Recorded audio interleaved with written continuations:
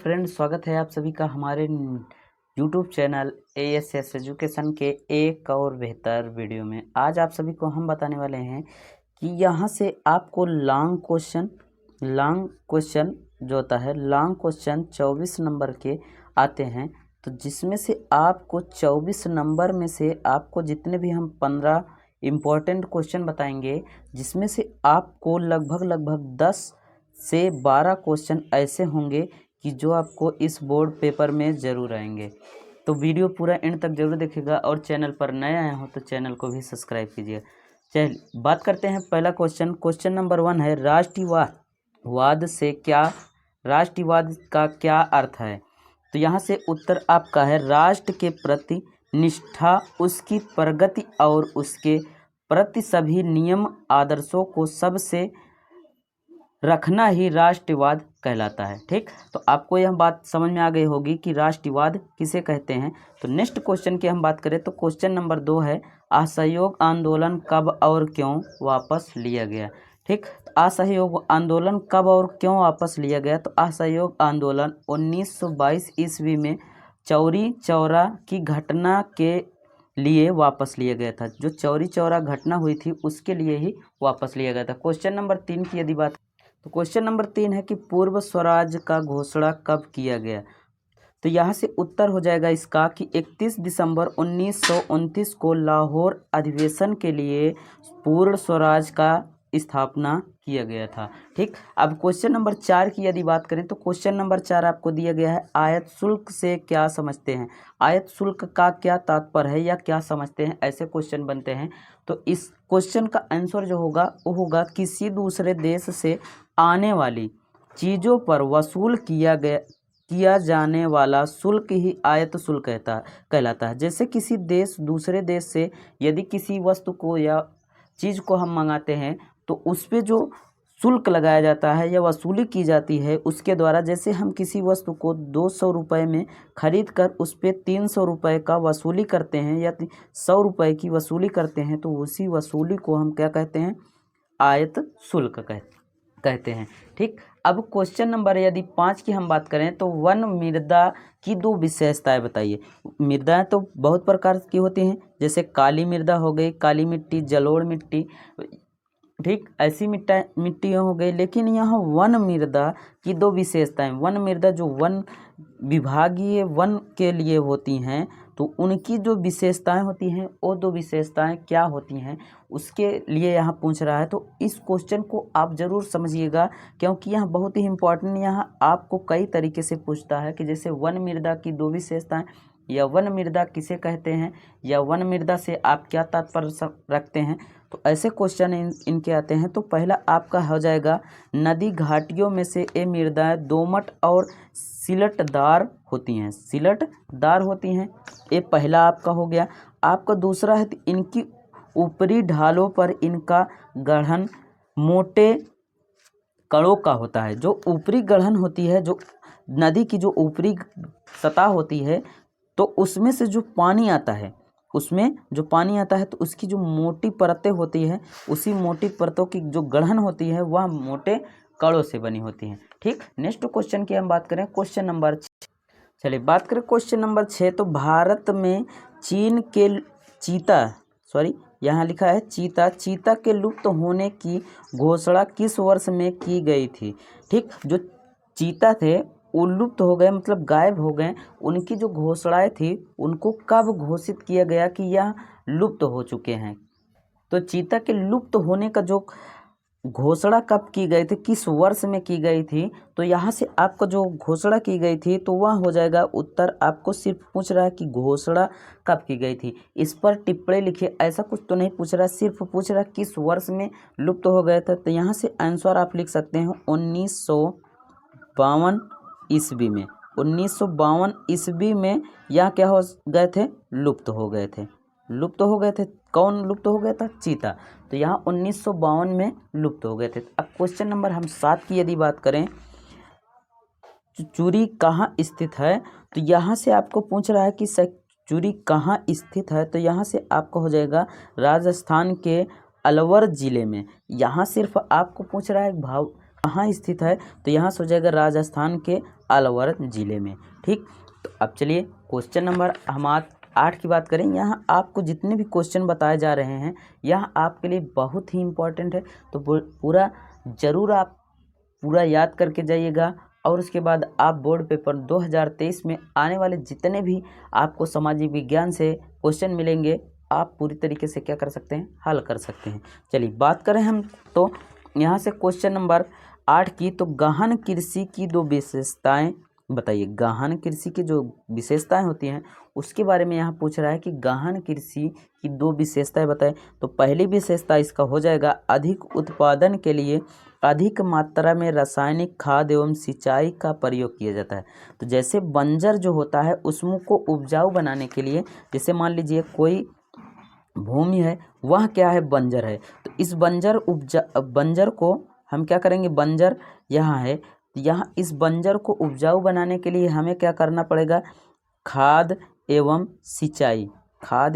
सिंचाई की अधिक आवश्यकता होगी। तो इसके लिए हमें क्या करना चाहिए कि खाद और सिंचाई की अधिक आवश्यकता करनी चाहिए। तो उसी प्रकार इसमें कह रहा है कि अधिक उत्पादन के लिए हमें रासायनिक खाद एवं सिंचाई का प्रयोग किया जाना चाहिए। दूसरा आपका है भूमि का आकार छोटा होने के कारण भूमि पर कई फसलें उगाई जा सकती है। तो जैसे आप सोचिए कि यदि कोई 2 एकड़ 4 एकड़ या 2 बीघे की खेती करना है तो आपका भूमि क्या है, छोटी छोटी है। तो यहाँ से आप इसमें कुछ दूसरा कर सकते हैं, इसमें दूसरा कर सकते हैं, इसमें दूसरा कर सकते हैं। तो उसी प्रकार यहाँ कह रहा है कि यदि छोटे छोटे आपके खेत हैं या आपका भूमि है तो वहाँ आपका क्या कर सकते हैं, कई प्रकार की खेती कर सकते हैं। चलिए क्वेश्चन नंबर 9 की बात करें तो चलिए क्वेश्चन नंबर 9 है, कोडरमा किस राज्य से स्थित है, किस राज्य में स्थित है, यह किस खनिज से संबंध रखता है। तो इसका हमने बहुविकल्पी भी क्वेश्चन बताया है। तो आपको जितने भी बहुविकल्पी बताए हैं जिसमें से आपको 15 क्वेश्चन एक वीडियो में बताए थे और 10 क्वेश्चन एक वीडियो में बताए थे, तो टोटल मिला के आपको 25 क्वेश्चन बताए थे। और भी हम आपको वीडियो यदि आपको आवश्यकता हो तो आप कमेंट बॉक्स में ज़रूर बताइएगा, तो हम और भी वीडियो आपको देंगे ज़रूर। तो वो सब जितने भी क्वेश्चन हैं उन सब को आप ज़रूर रटिएगा, क्योंकि वो बहुविकल्पी के रूप में आपको एक एक नंबर आता है। यदि 10 क्वेश्चन मिल जाता है तो आपके 10 नंबर तो पक्के ही हो जाएंगे। तो चलिए बात करते हैं यहाँ से कोडरमा किस खनिज से संबंध रखता है। तो यहाँ बहुविकल्पी के रूप में हमने बताया है कोडरमा कहाँ किस राज्य में स्थित है। तो कोडरमा झारखंड राज्य में स्थित है। यह अभ्रमक से संबंध रखता है। अभ्रमक एक खनिज है जिससे यह संबंध रखता है। ठीक, अब चलिए क्वेश्चन नंबर हम 10 की बात करें यदि, तो वैध सरकार से आप क्या समझते हैं। वैध सरकार, आप तक तो सुना होगा कि सरकार ही सरकार सुना होगा, लेकिन वैध सरकार क्या होता है उसके बारे में पूछ रहा है। तो वैध सरकार, उत्तर इसका हो जाएगा वह सरकार जो जनता द्वारा चुनी जाती है वह वैध सरकार कहलाती है। जो जनता द्वारा जो हम चुनते हैं जिस सरकार को, उसी को क्या कहते हैं, वैध सरकार कहते हैं। चलिए क्वेश्चन नंबर हम 11 की यदि बात करें तो क्वेश्चन नंबर 11 है, गठबंधन सरकार से क्या तात्पर्य है। गठबंधन सरकार, जैसे एक सरकार दूसरे सरकार या तीसरे सरकार से एक सरकार दूसरे तीसरे से यदि तीसरे और तीसरा चौथा से यदि गठबंधन कर लेता है, संबंध कर लेता है या मिल जाता है तो उसी को हम क्या कहते हैं, गठबंधन। अपने भाषा में कहें तो एक सरकार दूसरे सरकार से जब मिल जाता है तो उसे ही गठबंधन कहते हैं। लेकिन एक राजनीतिक पार्टियों द्वारा साथ मिलकर बनाई गई सरकार जो होता है वह क्या कहलाता है, गठबंधन सरकार कहलाता है। लेकिन अपने भाषा में यदि हम इसी की बात करें तो पहली सरकार यदि दूसरी सरकार, तीसरी सरकार, चौथी सरकार से मिल जाती है, क्या करती है, मिल जाती है, तो उसे ही हम क्या कहते हैं, गठबंधन कहते हैं। क्या कहते हैं, गठबंधन कहते हैं। ठीक, तो बात समझ में आ गई होगी। तो नेक्स्ट क्वेश्चन नंबर 12 की यदि बात करें, चलिए बात करें क्वेश्चन नंबर 12। तो यहाँ चादरी भू क्षरण किसे कहते हैं। चादरी भू क्षरण किसे कहते हैं उसके बारे में यहाँ से पूछ रहा है।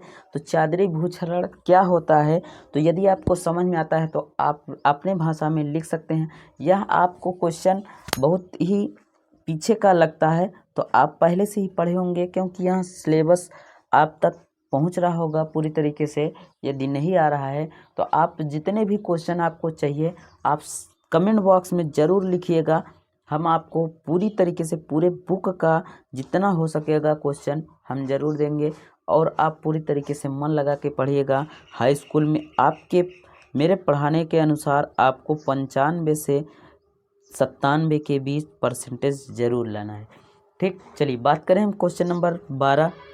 यहाँ चादरी भूक्षरण किसे कहते हैं, तो यहाँ जब पवन, उत्तर इसका हो जाएगा जब पवन अथवा जल द्वारा भूमि की ऊपरी कोयले सतह कटकर उड़ा दी जाती हैं अथवा बहा दी जाती हैं तो उसे समतल अथवा चादरी भूक्षरण कहते हैं। क्या कहते हैं? चादरी भूक्षरण कहते हैं। ठीक, अब यदि क्वेश्चन नंबर हम 13 की बात करें तो भारत में कहवा की कितनी प्रजातियां हैं? कहवा की कितनी प्रजातियां हैं? सिर्फ आपको प्रजातियों के बारे में बताना है कि कहवा की कितनी प्रजातियां हैं। यदि इस पर टिप्पणी कहता, यदि आपको कहता कि कहवा की कितनी प्रजातियां हैं तथा उस कहवा की प्रजातियों पर संक्षिप्त में वर्णन कीजिए। संक्षिप्त में वर्णन करना होता तो इन दोनों का कहवा की जो प्रजातियां हैं उस प्रजातियों पर भी आपको क्या करना पड़ता, पूरी तरीके से शब्द को बना के लिखना पड़ता। लेकिन यहाँ सिर्फ पूछ रहा है कितनी प्रजातियां हैं, टिप्पणी तो पूछ नहीं रहा है। इसलिए आप क्या करेंगे, भारत में कहवा की जो प्रजातियां हैं वहाँ 2 प्रकार की हैं। पहली है अरेबिकिया कॉफ़ी और रोबास्ट कॉफ़ी। ठीक, रोबास्ट कॉफ़ी। ठीक, तो यहाँ आप आसान तरीके से क्या कर सकते हैं, इसी को लिख सकते हैं।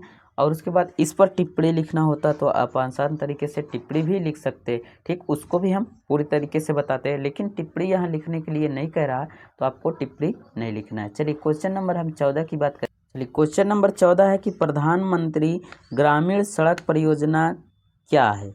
प्रधानमंत्री सड़क आपके जो गाँव से शहर को जोड़ती है, गांव से जो शहर को जोड़ती है सड़क, उसी के बारे में यहाँ पूछ रहा है कि गांव और सड़क, गांव की जो सड़क शहर को जोड़ती हैं उसको प्रधानमंत्री ग्रामीण सड़क परियोजना से आप क्या समझते हैं या आपका क्या तात्पर्य है? तो इसका आंसर जो हो जाएगा, उत्तर हो जाएगा प्रधान ग्रामीण सड़क परियोजना ग्रामीण सड़कों के विकास की एक योजना है।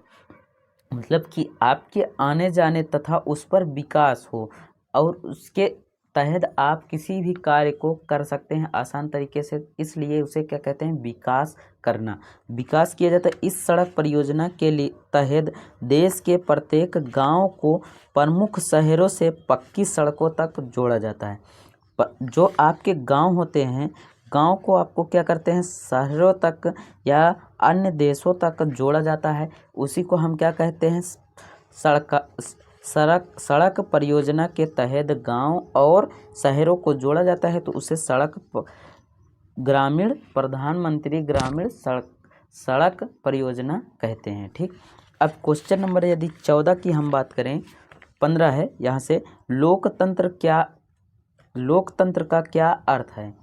लोकतंत्र का क्या अर्थ है? तो लोकतंत्र एक ऐसी शासन प्रणाली है जिसमें शासन की सर्वोच्च शक्ति जनता में निहित होती है।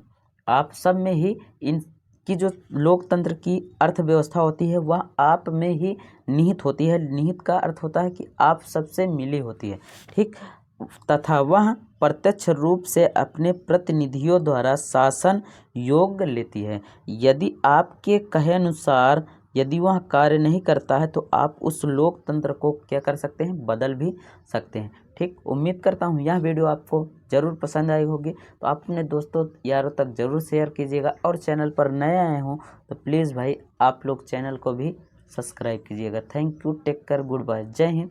मिलते हैं आपको नेक्स्ट वीडियो में ऐसे ही मज़ेदार वीडियोस के साथ। अगर आपको भी और क्वेश्चन की ज़रूरत हो तो आप कमेंट बॉक्स में ज़रूर बताइएगा, हम आपको और क्वेश्चन ज़रूर बताएंगे। Thank you.